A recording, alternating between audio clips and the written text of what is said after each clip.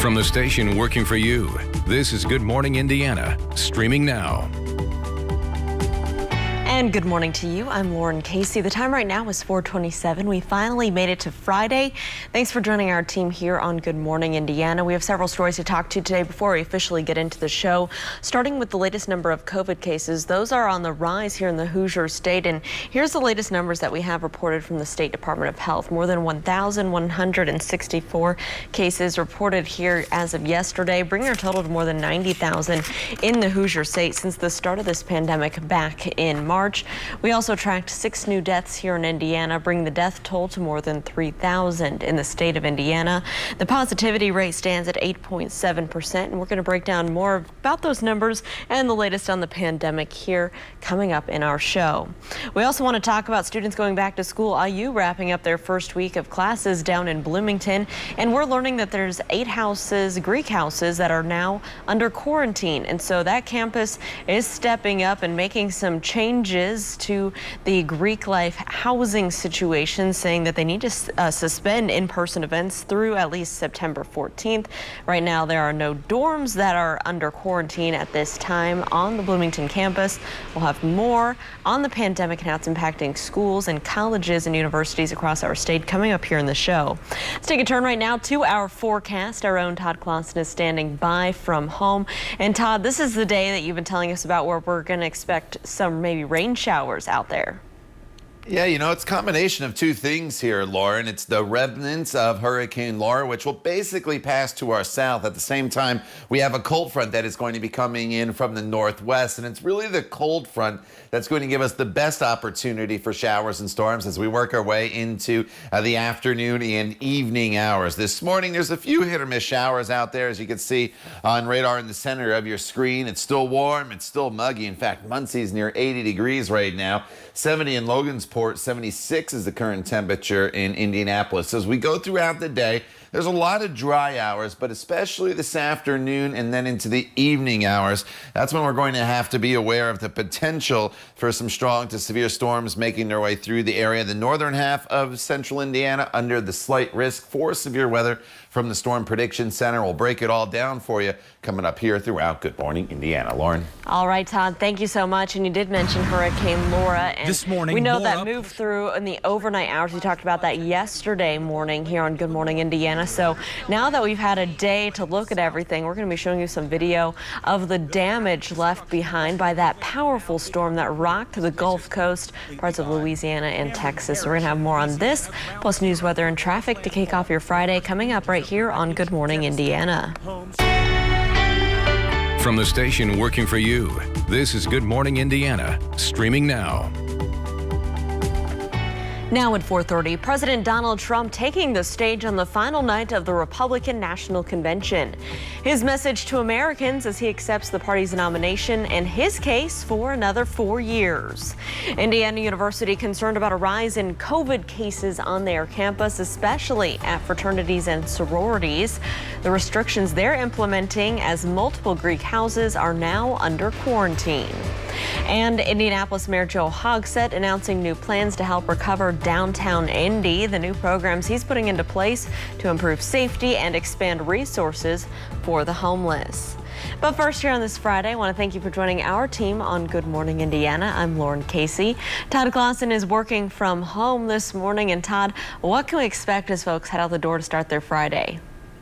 You know, it's pretty quiet as you walk out the door initially here, Lauren, and it's Friday as you get it going. It's warm, it's still muggy, and there's just a few very, very spotty showers out there. But as the day goes on, it's one of those days you probably want to have the umbrella in the car, at least if you're going to be out and about running errands, as some scattered showers and storms will be heading in our direction. Temperatures are in the 70s here this morning, 76 in Indy as well as Bloomington, 77 in Lafayette. Muncie still at 79, so it's a really, really warm morning for us.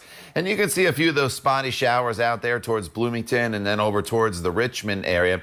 But here are the remnants of Laura to our south. You see that spin there.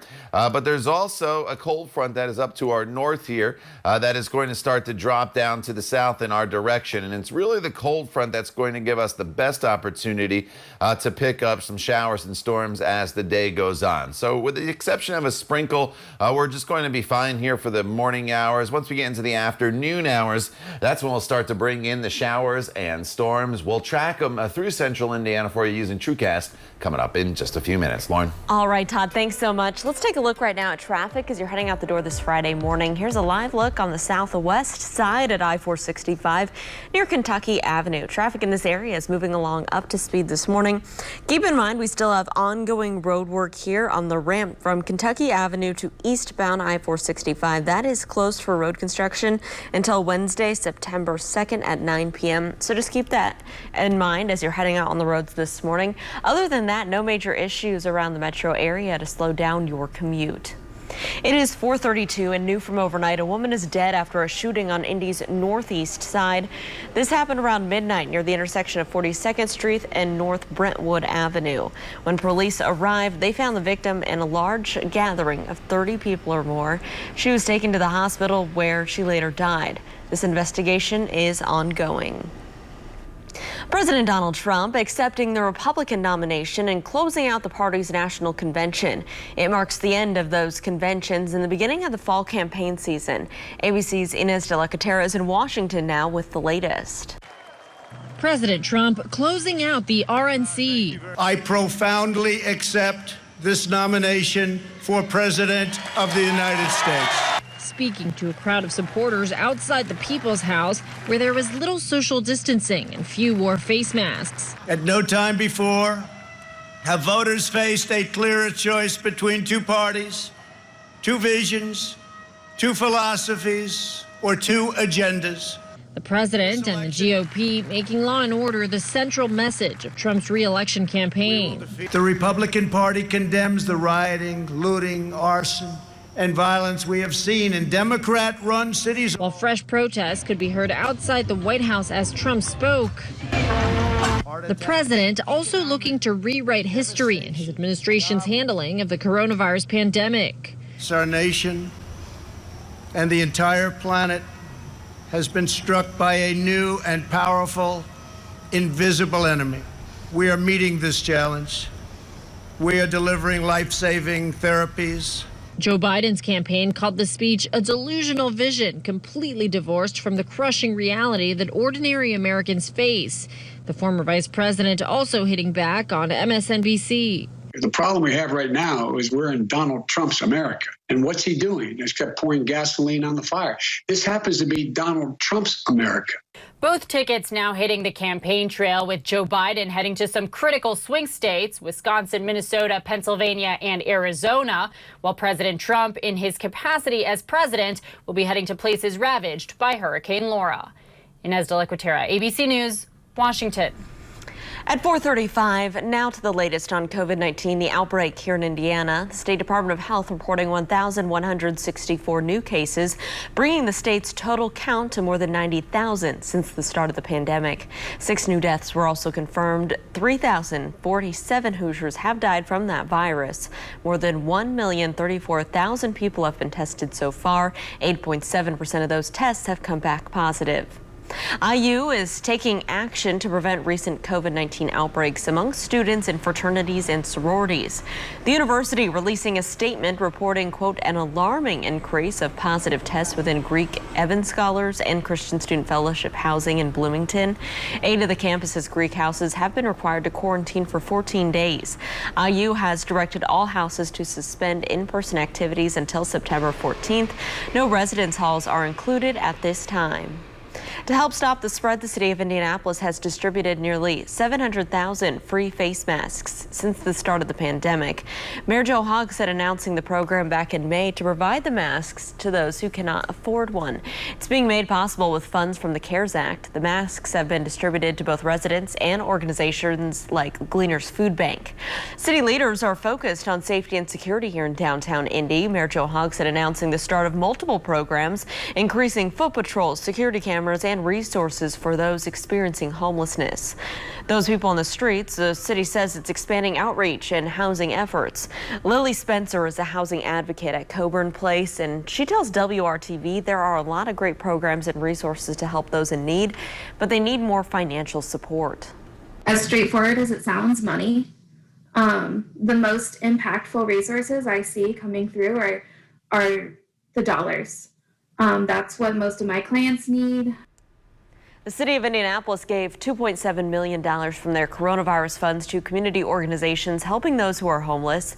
More money is expected to be given out in the coming weeks and months. At 4:37, a new petition by a local advocacy group calls for the city of Indianapolis to keep many of those now vacant Blue Indy spaces. Blue Indy electric cars stopped service back in March after saying it was no longer economically viable here in Indianapolis. The petition by Hoosier Electric Vehicle Association is asking the city to preserve at least 50 of those charging stations and upgrade the hardware at each one. City's deadline for submission for ideas for those spots passed last week, and city officials say it's likely there will be some different solutions for different neighborhoods across Marion County. Well, board games and comic books are part of a local initiative to help support the Black community here in Indianapolis. Local business owners have donated to an online auction to raise money for local organizations. Comic Book University, Good Games, Kingmakers, and Moonshot Games are all taking part in the effort. WRTV first introduced you to the owner of Moonshot Games back in April as he struggled to keep his business afloat during the stay-at-home order. Well, now Jason Banship says he's in a position to give back. Because we see the social unrest in our country and the issues surrounding that, oh man, it's just heartbreaking. And so, I mean, I know we can't change the world, but I think we can be the change in our world to the best of our ability. Well, money raised will go to the Abada Dance Company, Kepra Institute, and Indiana Association of Black Psychologists.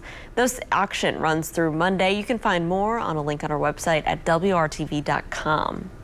More professional sports are postponing games as a protest to the shooting of Jacob Blake in Wisconsin. Coming up, the teams and the entire sports leagues continuing to boycott. And the remnants of Hurricane Laura expected to continue across parts of Arkansas and Kentucky today. The latest on the storm's path and the destruction left behind on the Gulf Coast. Todd. And you can see Laura spinning around there across Arkansas, as you mentioned, Lauren. It's going to start to move off towards the east here through Kentucky during the day today, as that cluster of storms up near Minneapolis, which is part of a cold front, will help to push it off towards the east. But we find ourselves kind of in the middle of things today, and that means showers and storms in the forecast. We'll break it down for you coming up when Good Morning Indiana continues right here on WRTV.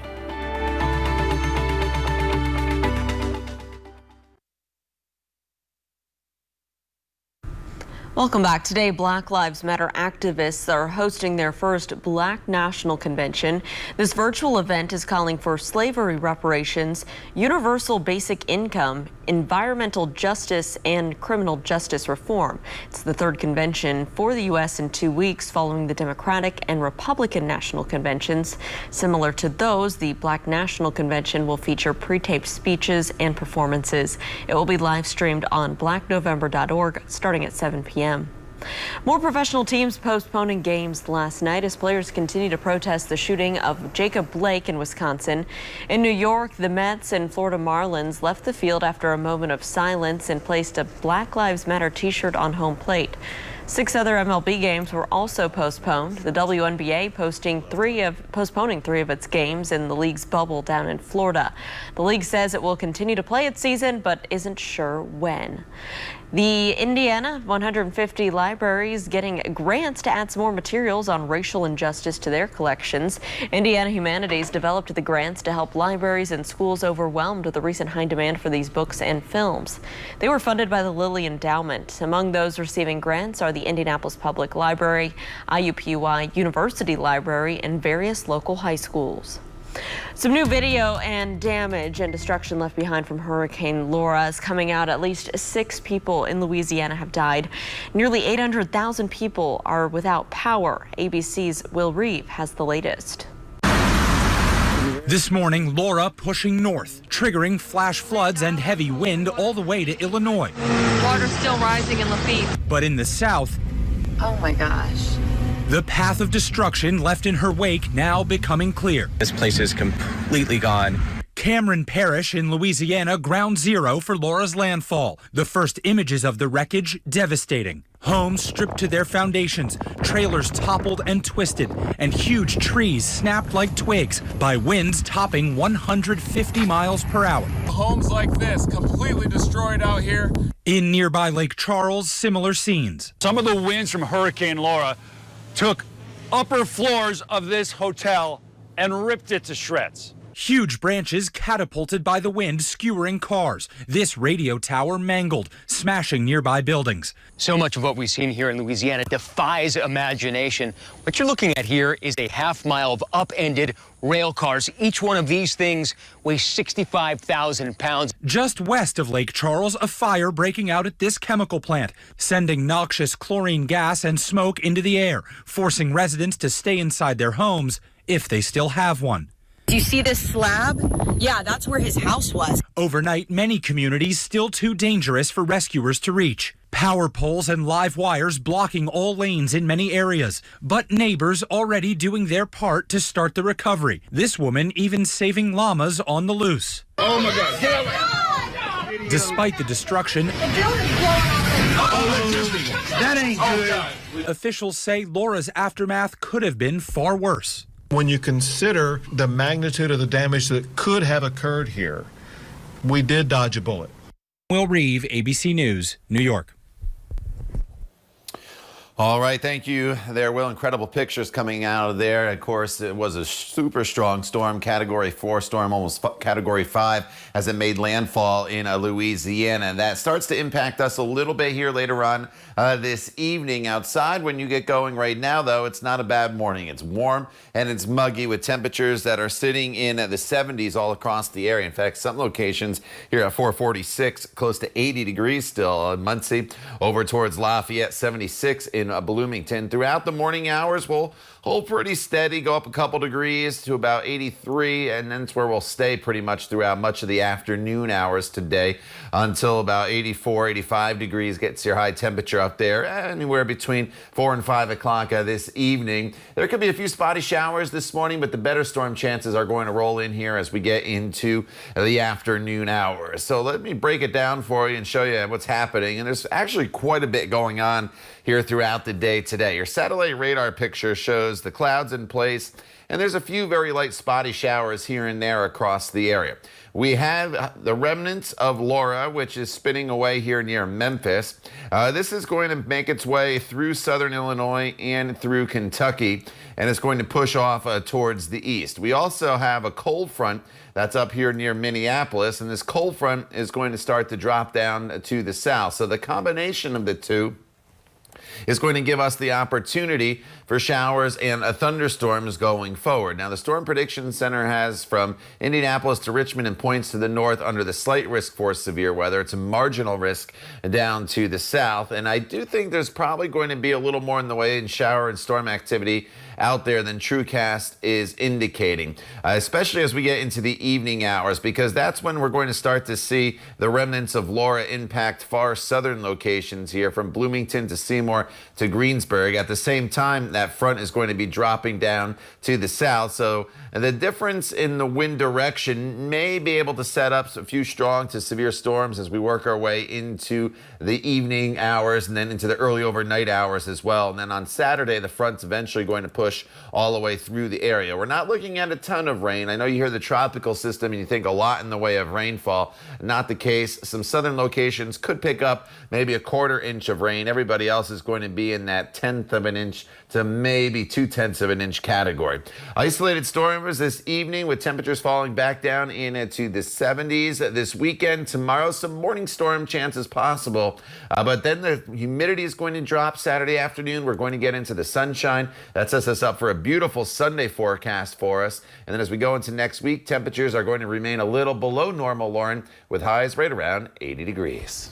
Todd, thank you. Here's a look right now at traffic as you're heading out on the roads to kick off your Friday commute. This is I-465 near Kentucky Avenue. Just a reminder again, we have that ramp closure heading from Kentucky Avenue to eastbound I-465. You may just want to head over to I-70 to reroute. You can also use the Harding Street exit to get on eastbound I-70. A few options there. Of course, we'll keep you updated if there are any crashes or delays, but it's pretty smooth sailing right now for your Friday. At 4:49, when President Trump threatened to ban TikTok, Microsoft made an offer to buy the U.S. portion of it. Well, now Walmart wants in too. The world's largest retailer just made a joint bid with Microsoft for the popular Chinese-owned video app. It's not the first time the two companies have teamed up. Back in 2018, Microsoft made a deal with Walmart to help run its online shopping to compete with Amazon. Walmart says the joint bid for TikTok could help expand its advertising and reach more shoppers. Supreme Court Justice Ruth Bader Ginsburg will receive this year's National Constitution Center's Liberty Medal. The Philadelphia Center announced that the 87-year-old will be awarded the medal, quote, for her efforts to advance liberty and equality for all, end quote. It plans to honor her through a video tribute on September 17th, which is Constitution Day. Ginsburg has spent her life advocating for women's rights and gender equality. She isn't the first Supreme Court justice to receive this honor. Sandra Day O'Connor is the first woman to serve on the nation's highest court, received that Liberty Medal back in 2003. Without baseball, Victory Field opening up its stadium for another sport, golf. Our Brad Brown shows us the new links you can play this weekend after the break. And coming up, Indigo routes are preparing for some big changes. New at 5 o'clock, the new details about this plan impacting more than 500 bus stops. It's 4:50. Stick around. We'll be right back.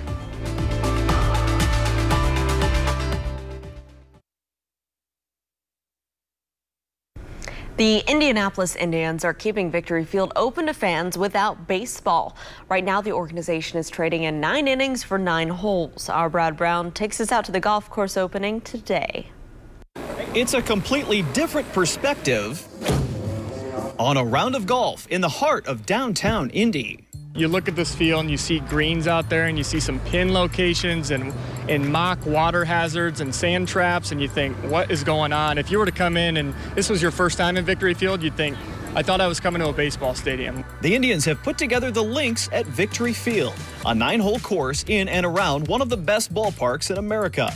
In this summer without baseball, it's a chance to put this beautiful backdrop to a new use. It's just one of those things that captivates you when you see the pictures, and you think about too how you can spread people around the ballpark in an era of social distancing.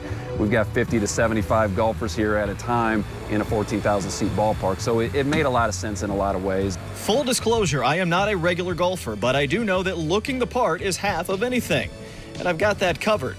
For golfers of any skill level, the Victory Field course will be a fun test of your short game. 3 shots per tee box, your score improves based on distance to each pin. We'll get some serious golfers that want to worry about their scores, which is great, and I would lean that way. But for the novices, or you just want to come out and have a good time, get outside, drink a couple cold beverages as you take your tour through Victory Field and play your 9 holes. We're really excited about it. This weekend's tee times have already sold out, but there's a solid chance you'll see some more golf at the Vic soon enough.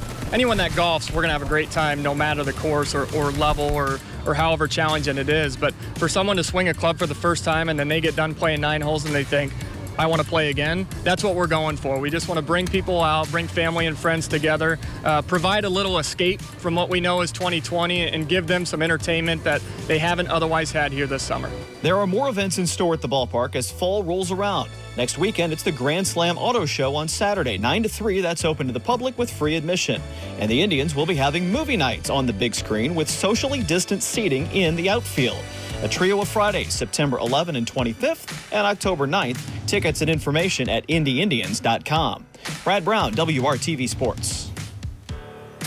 All right, thank you, Brad. Looks fun there. Something different there at Victory Field. I like how they're making some changes with no baseball going on and doing some fun things. All right, some severe storms are possible today, mainly in the afternoon. They should be pretty spotty in nature. Tomorrow morning, a few lingering showers on Saturday to start the day, but then the humidity drops, plenty of sunshine. So overall, I think it's a pretty nice day for you. 83 degrees. Sunday is terrific. Look at the temperatures Sunday and Monday morning, down into the 50s. Should be great. And then some scattered storms possible next week as well, with high temperatures in the low 80s. Plenty more news, traffic, and weather coming up for you as Good Morning Indiana rolls around. We'll be back at the top of the hour, and Raphael joins us. Stay with us. We'll see you in a few minutes.